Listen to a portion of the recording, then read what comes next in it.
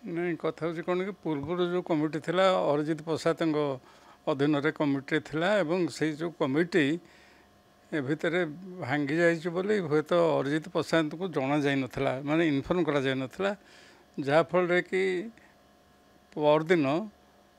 अरिजित प्रसाद कहते जे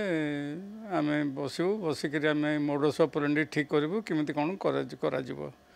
at the same time नुआ सरकार से विश्वनाथ बाबू को अध्यक्षतार गोटे कमिटी कर 16 जणिया कमिटी एवं से कमिटी के मध्य दायित्व दि जाइए अलंकार ये रत्न भंडार खोलने तेणुक बर्तमान अवस्था यहाँ गोटे जनमानसर गोटे सन्देह सृष्टि करिछि जे कौन पे नुआ कमिटी करागला एवं नुआ कमिटीर उद्देश्य कौन से जहाँ कहीं रत्न भंडार चाबी हजिबा एवं रत्न भंडार को नहीं एपर्यंत जिते सब चली प्रहेलिका बर्तमान से सब अंत होगा जाऊँगी एवं ये जो नुआ कमिटी होती नुआ कमिटी इतिमध्य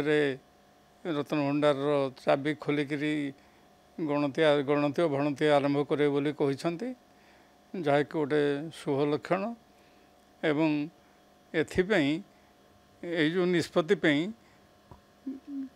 बर्तमान विरोधी दल भाव में कांग्रेस यहाँ तीव्र समालोचना करुच्ची बीजेडी तीव्र समालोचना करुच्ची एवं आपको गोटे भेलिकी बोली से कहते जो कमिटी भांगा नुआ कमिटी करवा एगुड़ा को से भेलिकी बोली कहते से जहाँ होना कहीं मोहन सरकार जो पदक्षेप नहीं एवं ए सरकार विभाग मंत्री भाव में श्री हरिचंदन श्री पृथ्वीराज हरिचंदन जो पदक्षेप नहीं ताहा निश्चित भाव में स्वागत योग्य कारण यही निष्पत्ति फल प्रकृत में जदि रत्न भंडार निर्धारित तारिख में खोले एवं गणति भणति हो ताहार डिटेल हिसाब सर्वसाधारण करा जाए तेबे दीर्घ 40 वर्ष धरी जनमानसर जो सन्देह थिला से सन्देह निश्चित भाव में दूर हेब एवं ये जो मोहन सरकार तांकर जो शपथ करते जो घोषणा करते जे सी रत्न भंडार विषय सर्वसाधारण को जन बोली तांकर से प्रतिश्रुति रक्षा कर जनसाधारण से प्रशंसित हे ए सन्देह ना तारिख को लेकिन विभिन्न समय विभिन्न प्रकार ये प्रथम करी 8 तारिख टा घोषणा करते कि आमर आर्कियोलोजिकल सर्वे ऑफ इंडिया जो डॉक्टर गौडनायक सी कहते जे बर्तमान तो सब प्रस्तुति सरी 8 तारिख में खोलिकी आम रत्न भंडार चाबिटा खोलिकी गणति भणति करदे से भितर से जो रत्न भंडार जो सब डैमेज होती कांथ बाड़े जो सब डैमेज होती ए भितर तार जो आम फोटो उठेक जो सब तथ्य संग्रह करें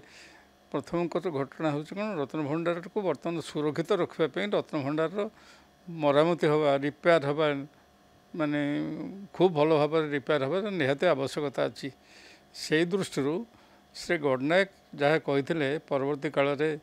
श्री हरिचंदन ताकू मना कले कहले नाई एभली किसी एपर्यंत सरकार ठीक करना बा परिचालना कमिटी ठीक करनी तेणुक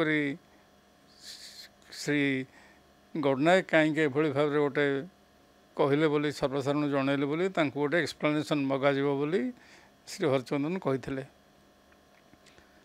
परवर्ती काल में जितेबाला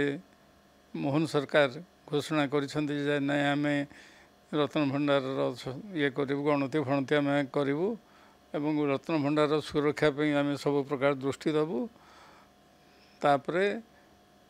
नुआ कमिटी होती एवं श्री प्रसाद कमिटी ए भितर भांगी दि जाइए तरबरिया भाव में एवं स्थान में श्री विश्वनाथ रथ कमिटी होती एवं विश्वनाथ रथ कमिटी की बर्तमान दायित्व दि जाइए रत्न भंडार खोली गणति फणति करने एवं सी यही कामटी जदि आरंभ करेंगे